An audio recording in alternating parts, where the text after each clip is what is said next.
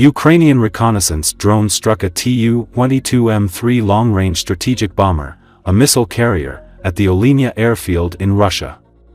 A Tu-22M3 long-range supersonic bomber missile carrier was struck at the Olenya military airfield, the base of the strategic aircraft of the Russian occupiers, as a result of a Dyagilevo operation near Olenegorsk, media of Ukraine reported. Distance from the border of Ukraine to the place of the special operation is 1,800 kilometers. On the night of July 27 and in the morning of the same day, Ukraine's intelligence attacked the air base in Engels in the Saratov region, Dyagilevo air base in the Ryazan region, and Olenya air base in the Murmansk region. The attack by kamikaze drones also damaged an oil refinery in Ryazan. According to eyewitnesses, the first explosions at the Dyagilevo airfield occurred around 6 a.m. local time. Social media posted footage of overflights and smoke, reporting at least 3 explosions. This airfield is home to the 43rd Center for the Combat Use and Retraining of Russian Aircrew.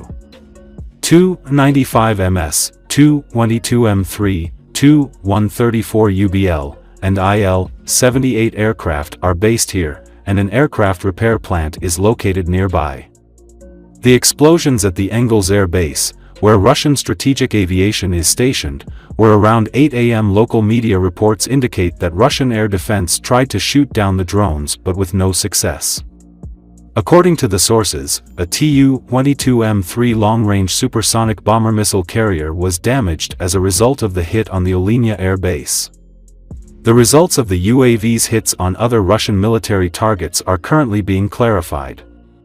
At night, Russians reported a drone attack on the Bryansk and Kursk regions.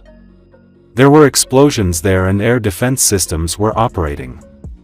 Russian Ministry of Defense said that a total of 12 drones were shot down over the territory of Russia that night, in the Kursk, Belgorod, Rostov, Bryansk, Lipetsk regions.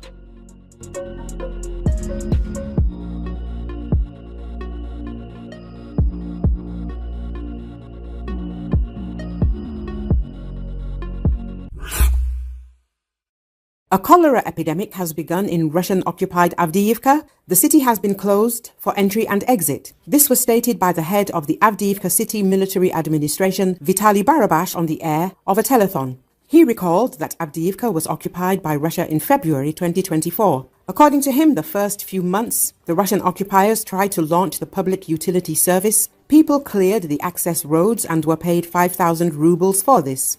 This has not happened for 2 weeks now because, according to information from several sources, there is a cholera epidemic in the city. That is, the city is closed to entry from Donetsk.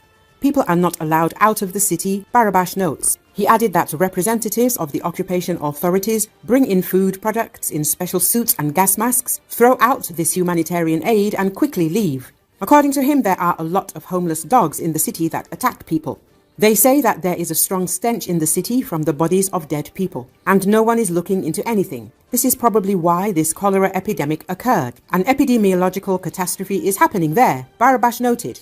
The head of the Avdiivka MVA recalled that due to Russian shelling of the city, there were ruins left there. There was not a single surviving building. According to him, at the time when the defense forces withdrew from Avdiivka and the city was occupied, there were approximately 700 people left in it. And now, according to our data, although the information from there is coming in very locally in small volumes, 400 to 450 people remain in the city.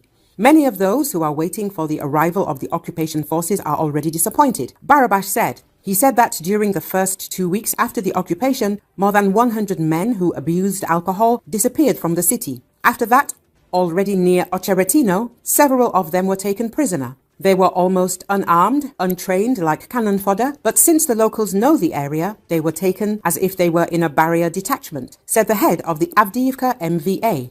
As Unayan reported, the Russians captured Avdiivka in February, but instead of a small industrial center, they got complete ruins, which they turned the city into. The New York Times article noted that according to estimates by Ukrainian officials and British intelligence, since January the 1st, the Russian army has dropped about 500 tons of air bombs on an area of only 30 square kilometers. The pre-war population of Avdiivka was 300,000 people.